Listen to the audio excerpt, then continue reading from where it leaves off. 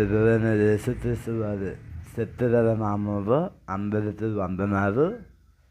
దేని యొక్క వాక్యముతో ఈరోజు మన జీవితాలు సరి చేసుకున్నాం, మన బతుకులు సరి చేసుకున్నాం.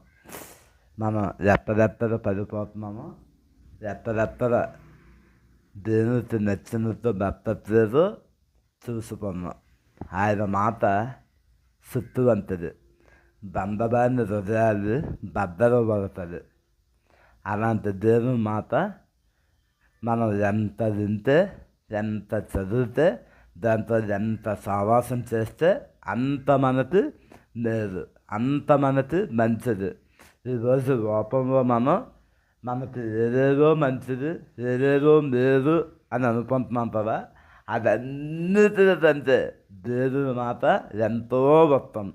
దేవుని నోటి నుంచి వచ్చే మాట, ఆయన బైబిల్ గ్రంథంలో రాసి పెట్టిన ప్రతి మాట మనకి ఎంతో ఉపయోగకరంగా ఉన్నాయి, జీవింపజేసేగా ఉన్నాయి. అలాంటి దేవుని మాట చూసుకున్నాం. నేను నీతో చెప్పినది మనదా, మనుషులు పరుపు వ్యర్థమైన ప్రతి మాటను పూర్చి విమర్శ దినమున లెప్ప చెప్పవలసి ఉండెను. మళ్ళీ చదువుతున్నాను.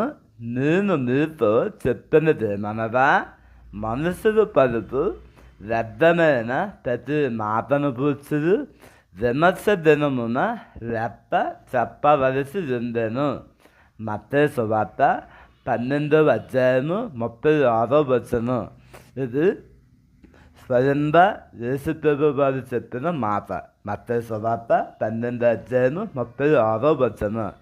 ఈ మాట చాలామంది చదివారో లేదో, విన్నారో లేదో, ఒక సంఘాల్లో కూడా ఈ మాటలు చర్చలో కూడా చెప్పకపోవచ్చు. కొంతమంది అయితే చెప్పవచ్చు, కానీ చాలా సంఘాలు హెచ్చరిత మాటలు, మనిషి బాగుపడే మాటలు చెప్పరు. ఎందుకంటే ఇలాంటివి చెప్పితే, ఇలాంటి బోధ చేస్తే మళ్ళీ వస్తారా రాదు, లేకపోతే బాధపడతారేమో, తీరవుతారేమో అని కొన్ని సంఘాలు అయితే నేను చూసిన సంఘాలు చెప్పరు. ఇలాంటిది వాళ్ళు ఎంతసేపు ఆనందంగా, సంతోషకరంగా, ఆనందంగా ఉంచిన దేవుని సన్నిధిలో సంతోషం పొందాలని చూస్తారు తప్ప, వాళ్ళు బోధ చేయాలి, వాళ్ళ యొక్క ఆత్మలు నశించిపోకుండా పరలోకం తీసుకెళ్ళాలి, ఇలాంటి పదేవారు అది తప్పు మంది ఉంటారు. అలాంటి బోధలు మనం వెతుక్కోవాలి. మంచిది. చూడండి, ఈ వార్తదానం చెప్తుంది లెప్ప అప్పచెప్పవలసి ఉన్నారట.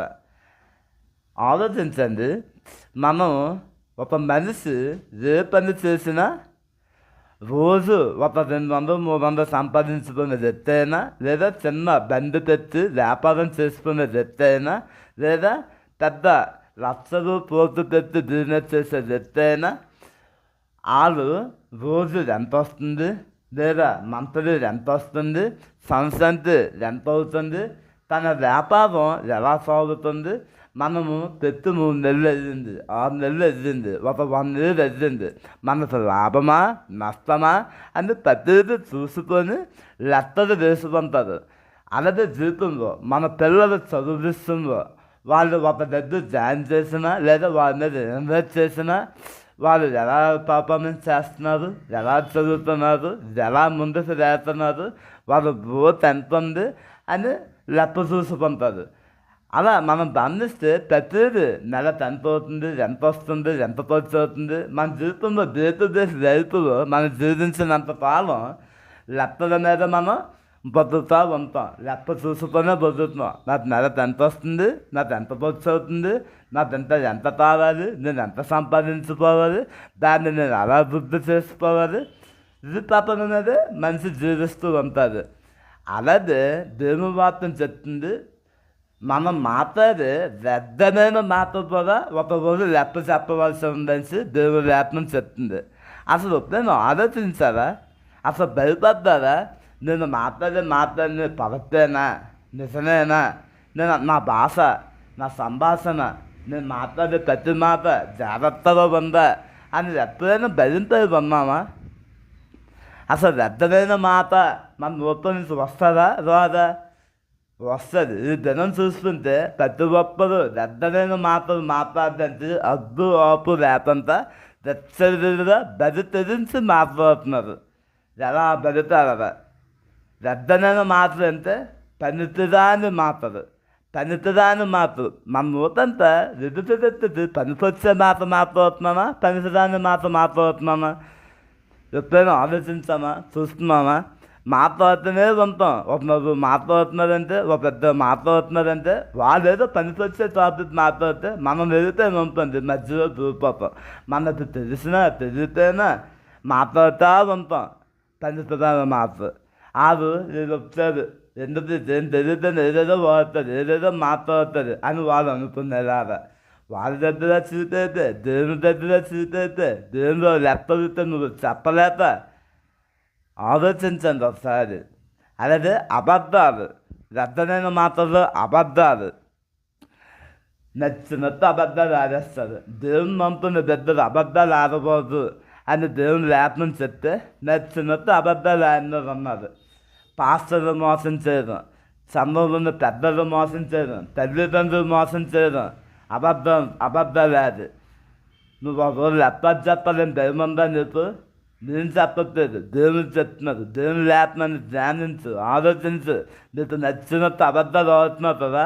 ఈ లేఖనం భాగం చదివి నువ్వు, ఈ వార్త తింటున్న నువ్వు ఎప్పుడైనా అబద్ధాలు ఆడుతున్నావేమో.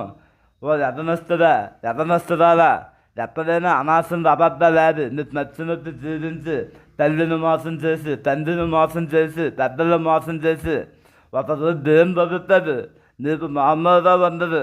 ఆ రోజు సినిమా చూసుకో. ఇది ఒక హెచ్చరిక, దేవుని చెప్తున్నది. అలాగే విమర్శలు చేస్తాం, అనవసరమైన విమర్శలు అందరినీ ఒకరిని పెట్టాలి. మనం ఏంటో మనకు తెలుసు, మనకు ఎంత వచ్చో మనకు తెలుసు, మనకు ఏం రాదని మనకు తెలుసు. కానీ ప్రతి ఒక్కరు విమర్శిస్తుంటాం. ప్రతి ఒక్కరు వాళ్ళేరా వీళ్ళేరా అని ప్రతి ఒక్కరికి చెప్తా ఉంటాం, ప్రతి ఒక్కరి గురించి మాట్లాడుతూ ఉంటాం. వాళ్ళు ఏదో పని చేసుకుంటున్నారు, వాళ్ళు ఏదో అది పని వాళ్ళు చేసుకుంటున్నారు అని అనుకొని ప్రతి ఒక్క కోసం మాట్లాడుతుంటాం. దాని గురించి వల్ల లెక్క అప్పు చెప్పవలసింది. జాగ్రత్త. ఎవరినైనా అనవసరం విమర్శిస్తున్నారేమో, ఎవరినైనా తీర్పు తీస్తున్నారేమో జాగ్రత్త. దేవుండు దేవుడు రోజు చదువుతుంది, లెక్క అప్పు చెప్పాలి. భయంతో ఉంది, ఏం అవ్వట్లేదు, నన్ను నోరు అవ్వట్లేదు, ఏమాత్రం తింటే ఏముందరే అని నువ్వు అనుకుంటున్నారేమో. లేదు ఉంది. ఏమాత్రం తింటే కాదు. నువ్వు మాట్లాడే ప్రతి మాట లేఖనం చెప్తుంది, ప్రతి మాట అని దేవుని వార్తను చెప్తుంది. ఇతరులు దారిపరిచే మాటలు, ఇతరులు మనకు నచ్చినట్టు ఎంత మాట పెడితే ఎంత మాట. వారి స్థాయి చూడడం, వారి పద్ధతి చూడడం, వారు బాధపడతారా లేదా ఏం చూడడం. దారిపరిచే మాట మాట్లాడతాం, అది పెద్దనైనా మాట్లాడతారా? ఇతరులు దారిపరిస్తే నీకు ఏమొస్తుంది? వాళ్ళు ఏదో తప్పు చేశారు, నువ్వు ఆ మాట మళ్ళీ అంటే నీకు ఏమొస్తుంది? నువ్వు వాళ్ళు ఎత్తి చూపి అదే దృష్టి నాతో మాట్లాడుతుంటే నీకు ఏమొస్తుంది? వాళ్ళు బాధ వస్తుంది. ఆ బాధ దేవుని చూస్తుంది. ఆ బాధ దేవుని చూసి నీకు తీర్పు తీరుస్తుంది. ఆ మాట ఎందుకు మాట్లాడో, ఆ మాట ఎందుకు అన్నో అని దేవుని చదివితే నువ్వేం చెప్తావు? నువ్వు ఎలా తల దించుకొని ఉంటావు దేవుని దగ్గర, తల ఎత్తుకొని ఉండాలని దేవుడు. మన సంభాషణ ఎలా ఉండాలన్నారు? ఉప్పు వేసినట్టు ఉండాలన్నారు. చక్కగా మాట్లాడాలనుకుంది. నా పని ఉంది, నాకు వచ్చింది, నాకు అనిపించింది, నేను అనేసాను, నా పేరు అనిపించింది, నేను మాట్లాడేశాను అంతే అవ్వదు. జాగ్రత్తగా ఉండాలి. దేవునితో విరుద్ధమైన ప్రతి మాట, దేవునితో విరుద్ధమైన మాటలు, దేవుని సేవ గురించి మాట్లాడడం, దేవుని సేవ చేసిన వాళ్ళకి, దేవుని మాట ప్రయత్నించే వాళ్ళకి, లేదా పెద్ద వాళ్ళకి ప్రతి ఒక్క నచ్చినట్టు మాట్లాడేస్తుంటాం. అది దేవునితో విరుద్ధమైన మాట. నీకు తెలుసా? పరిశుద్ధాత్మ వ్యతిరేకంగా మాట్లాడినట్టు క్షమాపణ ఉండదని లేఖనం చెప్తుంది. గమనించండి. ఎప్పటికప్పుడు ఏం మాట్లాడుతున్నామో, ఎలా మాట్లాడుతున్నామో, ఎంత మాట్లాడారు, ఎంత వయసు వచ్చినా, ఎన్నేళ్ళు వింటున్నా మనకు బలి లేకంతా పోతుంది. ఏం అర్థలేని వెబ్సైట్ నీకు నచ్చినట్టు ఫోన్లోని నీకు ఎవరో కలిసినప్పుడు నువ్వు మూడు జారిపోతున్నావేమో. జాగ్రత్త. దేవుని రోజు చదువుతుంది. నువ్వు లెక్క అప్పు చెప్పాలి. మరి మీరు అనుకోవచ్చు, అవును ఇన్ని రోజులు నేను ఎన్నో తప్పులు చేస్తాను, ఎంతో మాట్లాడను ఎలాగా అని. అందుకే దేవుడు నిన్ను హెచ్చరిస్తున్నారు. ఆయన దగ్గరగా పశ్చాత్తాపడు, ఆయన నదువు నిజమైన పశ్చాత్తాపడి, ప్రభా నా నూతన పాల్చుకుంటాను, నాకు సహాయం చేయ ప్రభా అని అదుగు దేవుని. సహాయం చేసే దేవుడు, తక్షణమే సహాయం చేసిన దేవుడు, నువ్వు నేను నమ్ముకున్న దేవుడు. ఇది లేఖనం వింటున్నది. అప్పదైన మూర్తి మీద నాజుతి మీద అదుపు లేకపోతే ఇగో యేసుప్రభు నీకు సహాయం చేసే దేవుడు. ఆయన నీకు సహాయం చేసి ఆయన మిమ్మల్ని నిలబెట్టే దేవుడు. నూతిని కాల్చుకున్నది తన పాపాడుకుంటుందని బైబిల్ లేఖనం చెప్తుంది. మాటల గురించి నోటు గురించి బైబిల్ ఎన్నో హెచ్చరికలు ఇచ్చింది. మనకి బైబిల్ దన్నం సామెత దన్నంలో నాదిక వల్ల వచ్చే నాదిక ఎలాంటిదో ఎన్నో హెచ్చరికలు బైబిల్ మనకి ఇచ్చింది. అవన్నీ చదువుతాం, అవన్నీ ఆచరిద్దాం. ఇక మీదట ఎన్నాళ్ళు ఏదో అయ్యింది, ఎన్నాళ్ళు ఏదో మాట్లాడాను, ఇప్పుడైనా నాకు అదుపు ఉబ్బుతాను ప్రభు అడిగితే నిజంగా నూతిని ముప్పినట్టు మన నూతిని ముప్పి మనకు సహాయం చేస్తానని దేవుని చెప్తున్నది. ప్రతి ఒక్కరు నువ్వు దేవుని నమ్ముకోలేకపోయినా, యేసుప్రభుని నమ్ముకోలేకపోయినా, నీ నూతన మీద అదుపు పాడాలంటే యేసుప్రభుని అదుపు. ఆయన నమ్ముకో, ఆయన నీకు అదుపు పొదుపు అన్నీ ఇస్తాడు. తక్షణమే సహాయం చేసే దేవుడు.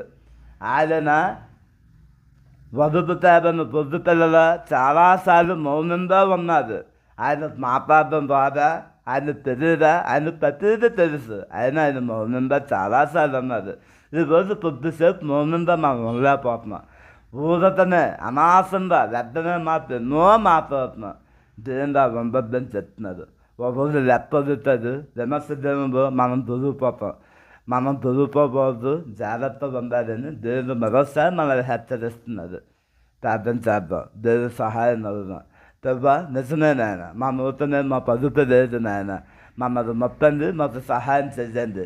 పెద్దనైన మాతో మాట్లాడుతంత, మా నూతంతో బూతుడు దాన్ని పనికిమాల మాట్లాడని ఏమి రాతంత సహాయం చేయనని అట్ట సహాయాన్ని ఇస్తున్నందుకు నీకు వందనాలు చెల్లించుకుంటూ యేసునామం వదిలిస్తున్నాను తండ్రి. ఆమెన్. ఆమెన్.